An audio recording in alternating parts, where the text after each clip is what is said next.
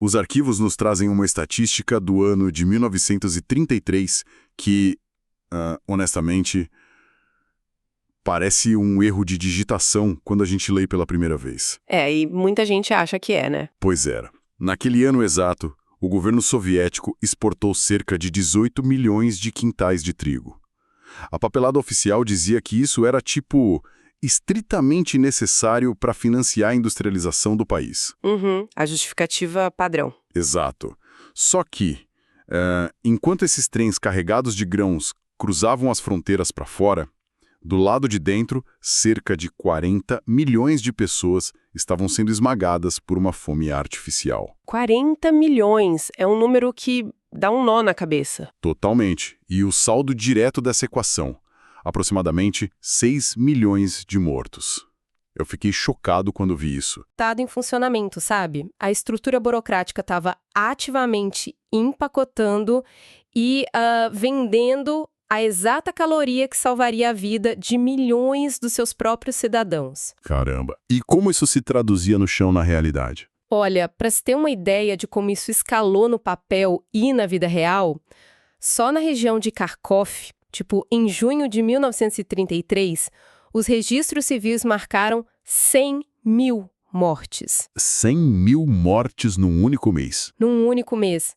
Sendo que, no ano anterior, no mesmo mês de junho, tinham sido 9 mil. Nossa! Ou seja, a mortalidade simplesmente multiplicou por 10 em questão de meses. Ok, vamos desvendar isso. Porque olhar para esses números astronômicos é o jeito mais fácil de perder a dimensão humana de como uma máquina estatal opera, né? Com certeza, os números anestesiam a gente. Sim, então a nossa exploração profunda de hoje vai abrir os arquivos compilados em O Livro Negro do Comunismo. E antes de mergulharmos nos detalhes, vale um alinhamento rápido com quem nos ouve. Importante fazer esse aviso. Sim, porque a nossa missão aqui não é entrar em nenhuma guerra ideológica contemporânea, nem tomar partido político entre direita ou esquerda. Não é sobre o cenário político de hoje. Exatamente. O que nós vamos fazer é examinar a documentação primária, tipo as cartas, os censos, os relatórios policiais da década de 1930, para entender puramente a mecânica de um Estado que, ao tentar forçar uma transformação radical na sociedade, transformou a própria população em matéria-prima descartável. Exato. O foco é entender o como e o porquê. Sabe, como as engrenagens funcionavam na cabeça de quem dava as ordens e de quem as executava. Até porque, de cima, tudo parece apenas estatística, né? Perfeito. A melhor lente para isso não é olhar para as estatísticas de cima, mas descer para o chão, para a terra, através da correspondência direta entre as figuras da época. E aqui entra um dos materiais mais chocantes que temos em mãos. É uma troca de cartas na primavera de 1933 entre o famoso escritor Mikhail Sholokov e o próprio Stalin. Essa troca de cartas é reveladora. Muito. E o Sholokov escreve não para relatar uma seca ou um problema climático. Ele escreve para denunciar um burocrata, um plenipotenciário do partido chamado Ovtchinnikov, que foi enviado ao distrito de Veshinsky. E a missão desse funcionário era uma só, né? Bater a meta de coleta de cereais. E os métodos relatados pelo escritor parecem sair de um manual de inquisição medieval. E o que é perturbador não é apenas a crueldade, mas a sistematização dela. O Ovtchinnikov exigia os grãos excedentes, mas também as sementes que os camponeses precisavam para plantar no ano seguinte. Eles levavam o futuro do plantio junto. Exato. Quando as pessoas em pânico total de morrerem de fome tentavam esconder qualquer punhado de trigo, os funcionários aplicavam técnicas que ganharam até nomenclatura oficial nos relatórios. Tinha nome oficial para tortura? Tinha. Tinha o método do frio. No auge do inverno russo, famílias inteiras eram despidas e trancadas completamente nuas dentro de celeiros de metal ou madeira congelantes. Meu Deus. E se o frio não funcionasse, vinha o que eles chamavam de método do calor. Sim, isso é ainda pior. Os relatos descrevem funcionários jogando gasolina nas barras das saias e nos pés das camponesas, ateando fogo, apagando rapidamente e repetindo o processo várias vezes. Institucionalizado. E em outros casos, pessoas eram forçadas a deitar sobre fornos em brasa e também usavam simulações de fuzilamento para quebrar o psicológico de quem assistia. E tudo isso por um resultado que, beira o ridículo, logisticamente falando. Mas, peraí, eu preciso fazer uma pausa aqui. Como um burocrata de nível médio justifica jogar gasolina em alguém para arrancar um grão que matematicamente a região inteira já não tem mais como produzir? Qual é a lógica por trás de espremer uma pedra? A lógica é a sobrevivência dentro do próprio sistema. Sabe, o funcionário de nível médio tem uma cota imposta por Moscou. E se ele não cumpre? Se ele não cumpre a cota, ele mesmo é rotulado de sabotador e vai para o pelotão de fuzilamento. Então o terror é transferido para baixo. Entendi. A pressão desce esmagando todo mundo. Exatamente. E a ironia grotesca dessa violência toda em Vechensky é o resultado final. Depois de torturar uma região inteira, eles conseguiram recolher apenas 5.930 quintais de grãos. Que é um número minúsculo perto da meta. Minúsculo. O próprio escritor, o Sholokov, relata na carta que algumas dessas sacas de trigo estavam enterradas no chão desde 1918. Desde 1918? É um absurdo logístico. É como se a diretoria de uma megacorporação estabelecesse que o chão de fábrica precisa produzir 1000% a mais num mês, sem matéria-prima. Uma meta completamente irreal. Sim. E quando a meta, que é uma ficção matemática, não é atingida, a punição não é a demissão. A punição é literalmente a fome sistemática do trabalhador. Mas o que eu acho mais revelador é como a liderança máxima reage a isso. O que é fascinante aqui é a resposta de Stalin a essa carta do Sholokov, enviada em maio de 1933. É uma aula magna sobre a psicologia totalitária. Fascinante de um jeito assustador, né? Totalmente. Ele recebe esse relato dantesco, com detalhes de tortura, e ele não nega os fatos. Ele até admite que certos funcionários agiram como, nas palavras dele, sádicos, e promete enviar investigadores. Então ele finge que se importa com os métodos. Finge, mas a virada de chave está na essência da resposta. Ele diz ao escritor que o Sholokov está vendo apenas um aspecto das coisas, que ele está caindo na armadilha de ver os camponeses como ovelhinhas inocentes. Caramba! Ele inverte completamente o papel de agressor e vítima. Totalmente. Ele escreve que os camponeses estavam fazendo greve e sabotagem e travando uma guerra de trincheiras contra o poder soviético. Guerra de trincheiras? Uau! Isso é fundamental para entendermos o mecanismo do Estado. A fome não foi um acidente de planejamento agrícola. Ela foi interpretada como uma retaliação do Estado contra uma classe que, ao não entregar uma cota impossível de comida, estava cometendo um ato de guerra. Mas guerra de trincheiras? Como é que um fazendeiro desnutrido e sem armas trava uma guerra contra o estado mais militarizado do planeta na época? Isso me leva a tentar entender a geografia dessa punição. A distribuição no mapa diz muito. Pois é. Peraí, porque muito se fala e se debate sobre a Ucrânia nesse contexto histórico. Os arquivos confirmam que o foco da máquina repressiva foi exclusivamente lá. Foi uma operação desenhada só contra os ucranianos, como um genocídio focado neles. Essa é uma excelente questão e os censos demográficos de 1937 e 1939, que o governo soviético manteve em segredo por muito tempo, nos dão a resposta exata. E o que eles mostram? A Ucrânia pagou, de fato, o preço mais devastador, em números absolutos, cerca de 4 milhões de mortos, e havia ali uma camada extra de perseguição política, um ataque direcionado à intelectualidade ucraniana. Que o próprio Andrei Sakharov comentou, né? Sim, ele chegou a classificar isso como uma ucraniofobia de Stalin. Então, sim, a Ucrânia foi esmagada, mas não foi uma exclusividade geográfica. Exato. Os documentos mostram que a punição se expandiu com lógicas ligeiramente diferentes, mas com resultados igualmente letais em outras fronteiras. Se conectarmos isso ao quadro geral, vemos o Cazaquistão. Lá, a população era formada amplamente por povos nômades. A máquina do Estado decidiu que o nomadismo era incompatível com o sistema soviético. Então, eles forçaram as pessoas a parar de se mover. Exato. A política foi forçar a sedentarização e a coletivização imediata dessas pessoas. O mecanismo de forçar nômades a ficarem parados em fazendas coletivas resultou na morte de 80% de todos os seus rebanhos em apenas 2 anos. 80% é a destruição total de um modo de vida. E o colapso desse ecossistema gerou 1 milhão de mortos e forçou 2 milhões de cazaques a fugirem para a Ásia Central e para a China.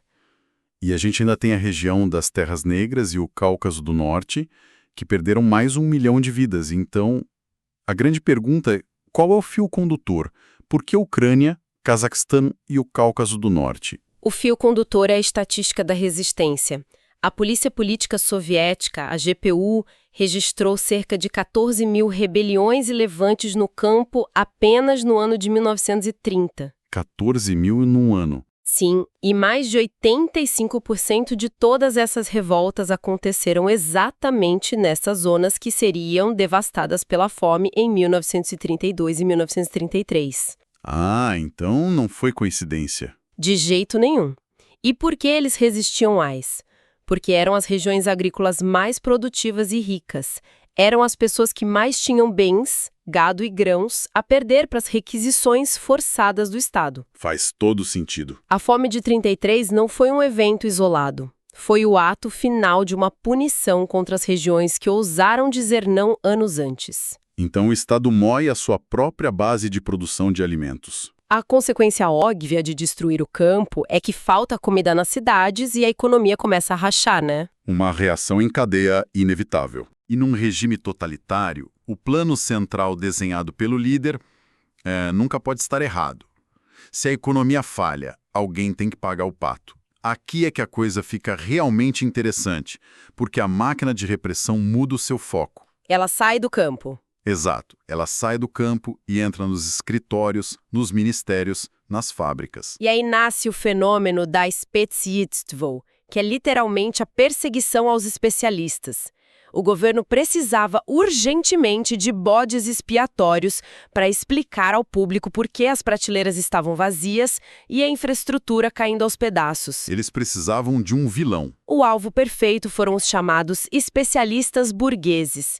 Os economistas brilhantes, os grandes engenheiros, os técnicos de alta patente. Os arquivos mostram a polícia política fabricando complôs completamente delirantes. Eles inventaram organizações fantasmas, tipo do zero, coisas como um partido camponês do trabalho ou um partido industrial. É o roteiro perfeito da paranoia. Eles pegavam intelectuais formidáveis e, sob tortura ou ameaças famílias, forçavam essas pessoas a confessar a liderança em redes de espionagem internacionais que nem existiam.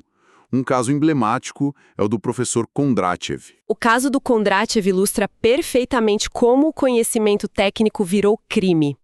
Ele é um economista famoso até hoje por desenvolver a teoria dos ciclos longos da economia. Ele mapeou que a economia não cresce em linha reta, certo? Basicamente isso. Ele mapeou que a economia global capitalista respira em ondas longas de crescimento e retração. O problema é que os planos quinquenais Stalin exigiam uma linha reta e vertical de crescimento infinito e ininterrupto. O que matematicamente é impossível. Possível. E a matemática rigorosa de Kondratiev provava que as cotas de Stalin eram uma ficção técnica. Ao invés de ajustar o plano, o Estado preferiu dizer que Kondratiev era um sabotador tentando enfraquecer o moral soviético. E de toda essa caça aos especialistas, tem um documento de setembro de 1930 que, para mim, é o ápice do absurdo burocrático. 48 altos funcionários dos comissariados do comércio e das finanças foram executados. Uma carnificina nos escritórios. E sabe qual foi o motivo publicado na imprensa estatal? Prêmio Laila. Eles foram culpados pelas dificuldades de fornecimento e pelo desaparecimento das moedas de prata em circulação. Mas pera, como assim? Como a liderança do país mandou fuzilar as maiores mentes econômicas do governo por causa de moeda sumindo. Essa é a perfeita definição de ignorância econômica armada com poder de fogo. Sabe o que estava acontecendo, na verdade? Imagino que algo estrutural. Era inflação severa, o governo imprimiu muito papel moeda, O papel perdeu valor e a população, apavorada, começou a esconder as moedas de prata porque o metal tinha valor intrínseco. É um comportamento humano básico diante da inflação, né? Todo mundo faz isso. Sim, é instintivo, mas o Comando Central não admitia que a economia estava descontrolada, então a explicação oficial foi: os burocratas das finanças estão roubando e escondendo a prata para boicotar o governo. Bizarro. Stalin emitiu a ordem pessoalmente para fuzilá-los, dizendo que era necessário para calar a boca dos comunistas duvidosos que questionavam a economia. Isso é loucura. Imagina uma empreiteira gigante sendo contratada para construir uma ponte suspensa de altíssima complexidade. A obra atrasa porque a própria diretoria da empreiteira não enviou o aço e o cimento necessários. Boa analogia. E aí, para não assumir o erro de logística diante dos investidores, a diretoria prende e executa toda a equipe de engenheiros civis sob acusação de sabotagem estrangeira.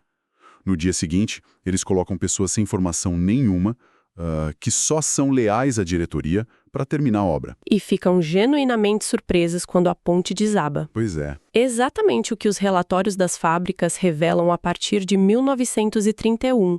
Cerca de 138 mil técnicos e especialistas foram expulsos de seus cargos. O resultado imediato foi um caos industrial sem precedentes. Acidentes em massa, imagino. Sim. Máquinas pesadas explodindo por falta de manutenção, taxas altíssimas de acidentes letais com trabalhadores não treinados, fornos de metalurgia esfriando e estragando matérias-primas caríssimas. O choque de realidade foi tão duro que até a teimosia totalitária teve que ceder. Em julho de 1931, o Politburo entrou em pânico e emitiu resoluções de emergência, soltando um monte de engenheiros das prisões e do Gulag. Eles precisavam salvar a própria pele. Mandaram eles direto de volta para as fábricas, porque simplesmente a indústria pesada do país ia parar completamente se não tivesse alguém que soubesse qual botão apertar. E isso nos leva a uma mudança na estratégia do controle. Porque se pararmos para pensar na linha do tempo até aqui, o Estado tenta dominar o fornecimento de comida através do terror rural. Certo. Depois tenta purgar as mentes técnicas para dominar o maquinário burocrático e industrial. Mas mesmo faminta e assustada, a população ainda tinha uma estrutura de apoio independente. Uma válvula de escape psicológica que não respondia a Moscou. Se o Estado controlou o suprimento físico de comida e eliminou a oposição intelectual nas fábricas, o que restava para dominar? A religião, a vida íntima, a fé das pessoas. Exatamente. A mente e o espírito.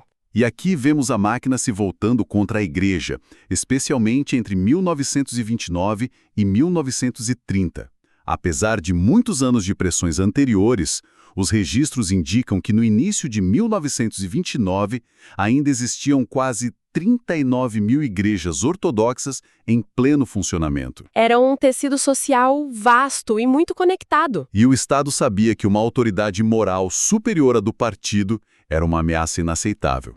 Isso é muito louco. Isso levanta uma questão importante sobre até onde vai o controle de um Estado totalitário. A engenharia jurídica para resolver isso foi aplicar a linha 10 do artigo 58 do Código Penal. E o que dizia essa linha? Basicamente, qualquer demonstração ou uso de crença religiosa que, na visão arbitrária do Estado, servisse para enfraquecer a administração, virava um crime punível com deportação ou até pena de morte.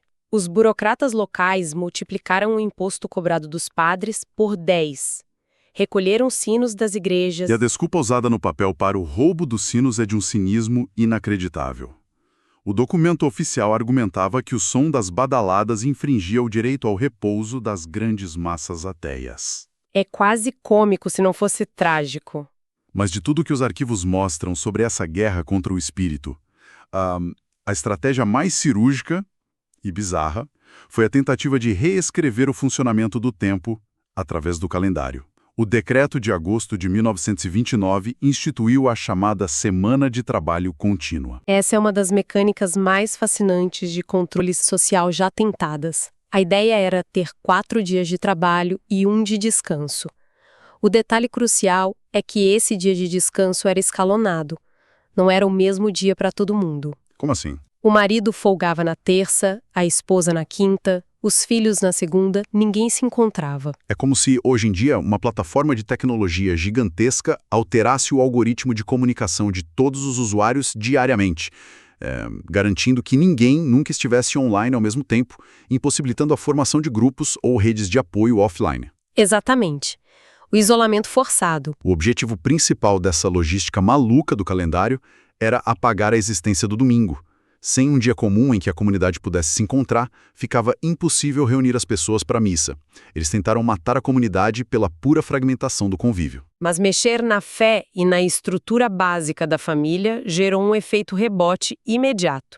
Aquelas 14 mil rebeliões camponesas de 1930 que mencionamos antes. Sim, as revoltas nas regiões ricas. Os relatórios cravam que pelo menos 14% delas tiveram como gatilho primário o fechamento de uma igreja local, a expulsão de um padre ou o confisco dos sinos. A religião foi o estopim. Sim.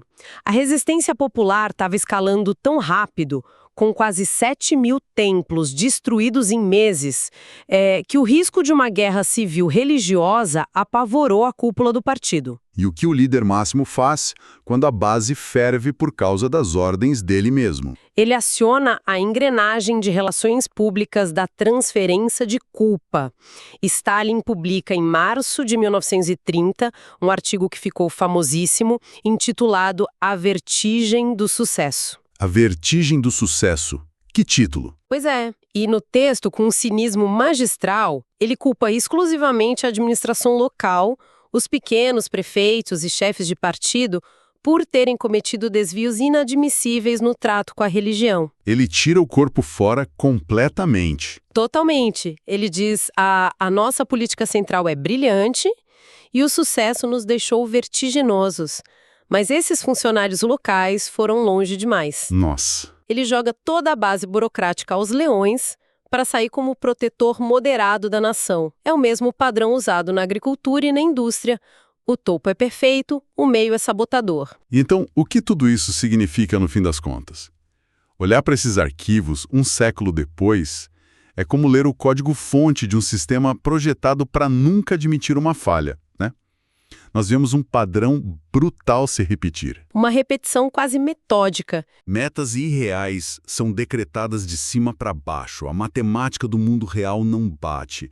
E, ao invés de corrigir a rota, a máquina começa a fabricar inimigos. E não importa quem seja. Qualquer um serve como alvo. Produtores rurais viram um exército inimigo em trincheiras. Economistas brilhantes viram ladrões de prata. Padres viram ameaças ao descanso do trabalhador.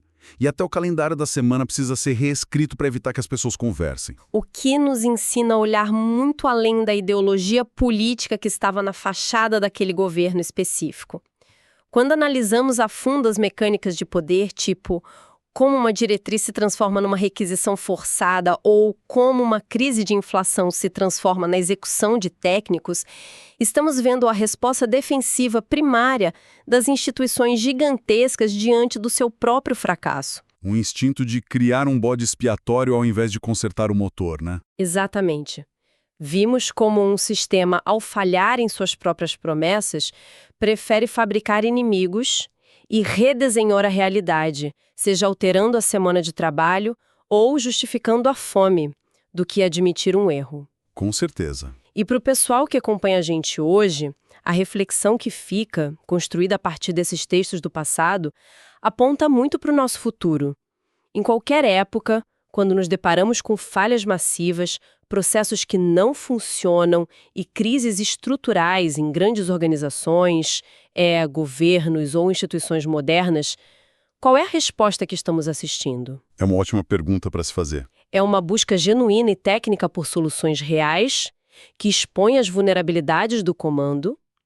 Ou será que estamos apenas presenciando a construção de uma narrativa perfeita, projetada para punir os elos mais vulneráveis do sistema, apenas para proteger a ilusão de que quem está no poder não comete erros? Fica a reflexão.